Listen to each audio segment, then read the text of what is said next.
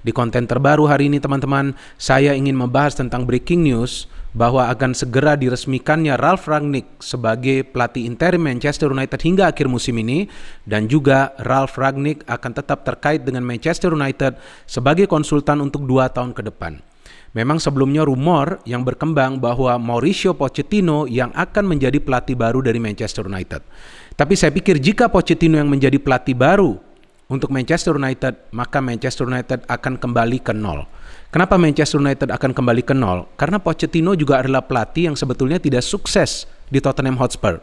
Oke, dia bisa membawa Tottenham Hotspur bersaing di papan atas. Bisa juga membawa Tottenham Hotspur masuk ke final Champions League. Bisa juga membawa Tottenham Hotspur sempat bersaing di papan atas secara ketat untuk menjadi juara. Tapi poinnya adalah Pochettino tidak berhasil memberikan gelar untuk Tottenham Hotspur.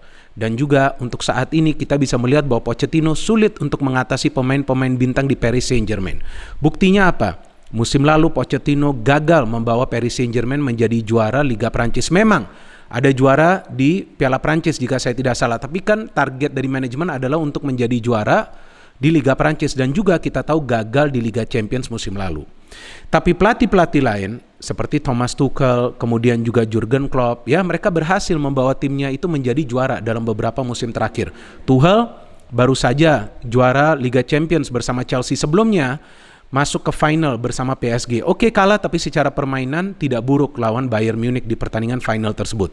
Juga Tuchel berhasil membawa Paris Saint-Germain itu menjadi juara di Liga Prancis. Kemudian juga bersama Dortmund, kita tahu bahwa Thomas Tuchel juga berhasil di Bundesliga menjadi tim yang ditakuti oleh Bayern Munich. Bagaimana dengan Jurgen Klopp? Jurgen Klopp juga berhasil di Dortmund, bawa Dortmund hingga ke final Champions League. Oke, gagal di final, tapi dalam pertandingan final tersebut juga lawan Bayern Munich bermain bagus. Sayang mereka kalah secara tipis dari Bayern Munich. Kemudian di Bundesliga juga sempat memberikan persaingan ketat kepada Bayern Munich, dan kemudian dia pindah ke Liverpool. Di Liverpool membawa Liverpool menjadi juara Liga Champions, membawa Liverpool menjadi juara Liga Inggris, dan untuk saat ini bersaing di papan atas sama juga seperti Chelsea. Kenapa saya menjelaskan tentang Tuchel dan juga Klopp? Karena dua pelatih ini punya konsep permainan. Sama juga seperti Pep Guardiola punya konsep permainan. Pep Guardiola juga berhasil membawa City masuk ke final Liga Champions. Memang kalah, tapi secara permainan tidak buruk. Kemudian City juga dalam beberapa musim terakhir mendominasi Liga Inggris. Beberapa kali menjadi juara. Kenapa? Karena juga punya konsep permainan. Jadi jika pelatih punya konsep permainan, materi pemain itu menjadi nomor 2. Menjadi hal yang nomor 2, menjadi secondary. Yang primary itu adalah taktik. Nah, Ole itu yang tidak punya taktik. Kenapa? Karena Ole tidak berpengalaman. Memang Ole diberikan kesempatan sebagai pelatih interim kan, pada saat dia mengambil alih kursi manajemen dari manajer Manchester United saat Jose Mourinho dipecat. Tapi saya pikir untuk jangka pendek bagus, untuk jangka panjang yang terlihat bahwa Ole tidak bisa mengatur para pemainnya. Sehingga yang pernah saya jelaskan di salah satu konten bahwa Ole itu dipecat karena para pemain yang mengerjai Ole Gunnar Solskjaer. Buktinya juga bisa teman-teman lihat di pertandingan terakhir MU lawan Villarreal. Kan lihat para pemain MU bermain begitu disiplin. Tidak ada kesalahan yang dilakukan oleh para pemain MU, walaupun dari segi permainan juga saya tidak melihat ada perubahan pada saat MU masih dilatih oleh Ole dan di pertandingan kemarin pada saat dilatih oleh Michael Carrick. Tapi at least para pemain MU itu bermain dengan disiplin. Mereka tidak ceroboh dan akhirnya mereka bisa meraih kemenangan tanpa kemasukan gol loh.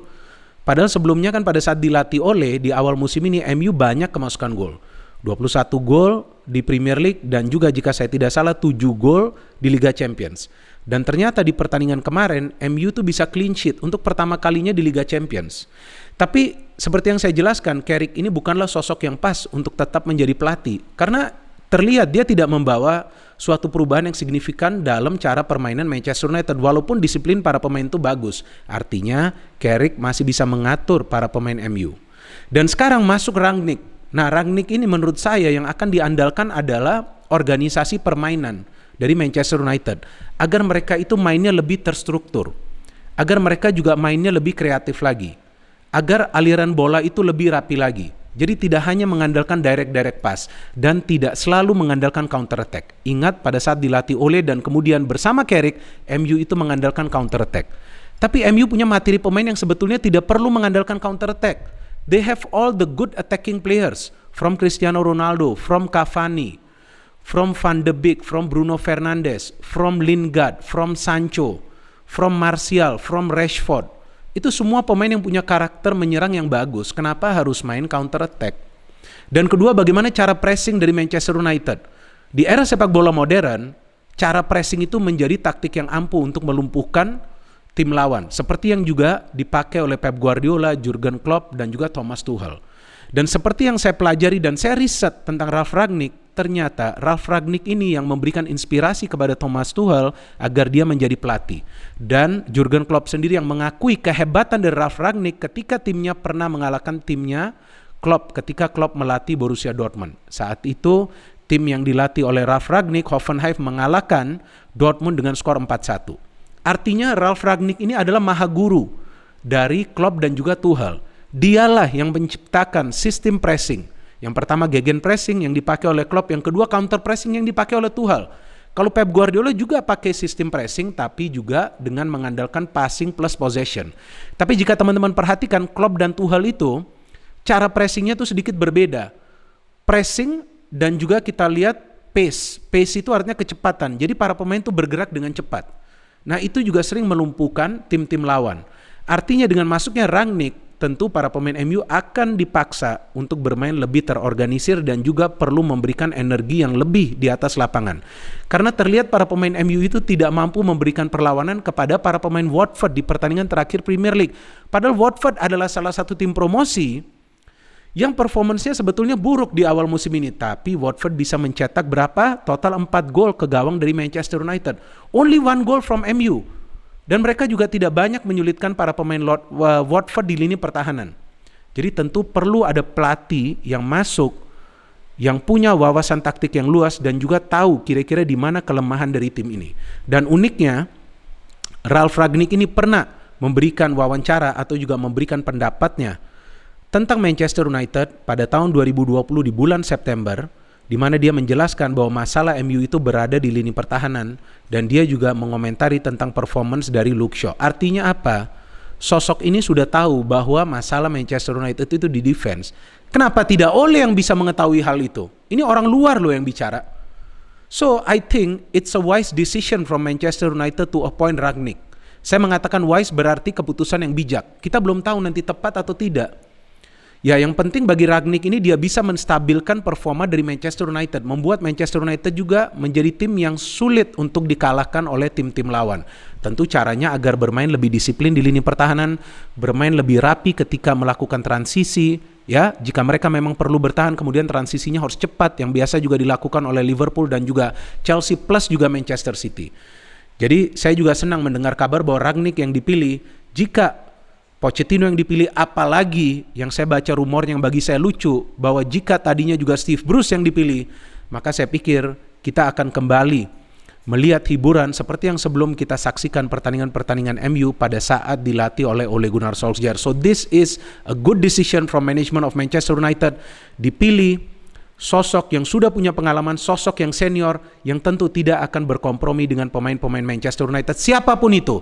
Tapi dari saya tetap menegaskan bahwa membeli Cristiano Ronaldo bukanlah keputusan yang salah. Bagaimana nanti para pemain juga perlu menyatu dengan Cristiano Ronaldo because he's a winner. Terbukti dia lagi yang mencetak gol di pertandingan Liga Champions lalu. Jadi kita tunggu saja nanti bagaimana Rangnick bisa menangani Manchester United. Saya harapkan yang terbaik tentu untuk Manchester United dan juga akan seru melihat nanti persaingan Rangnick dengan pelatih-pelatih lainnya seperti Tuchel, seperti Klopp, seperti Pep Guardiola, dan juga jangan lupa dong ada Mikel Arteta. Ya, jangan lupakan Mikel Arteta. Seandainya Arteta yang menangani Manchester United, gak mungkin dia selucu Ole Gunnar Solskjaer. Pastilah dengan materi pemain MU, Mikel Arteta bisa membuat suatu perubahan. Tapi kan Arteta di Arsenal, materi pemainnya setengah matang. Mohon maaf, saya juga perlu curhat tentang tim kesayangan saya ya. Oke, we wait for next match of Chelsea versus Manchester United. Memang belum akan dilatih oleh Ralf Rangnick, tapi kemungkinan besar juga jika sudah deal, dia akan nonton pertandingan tersebut dari tribun penonton. No hate, only football, salam sepak bola.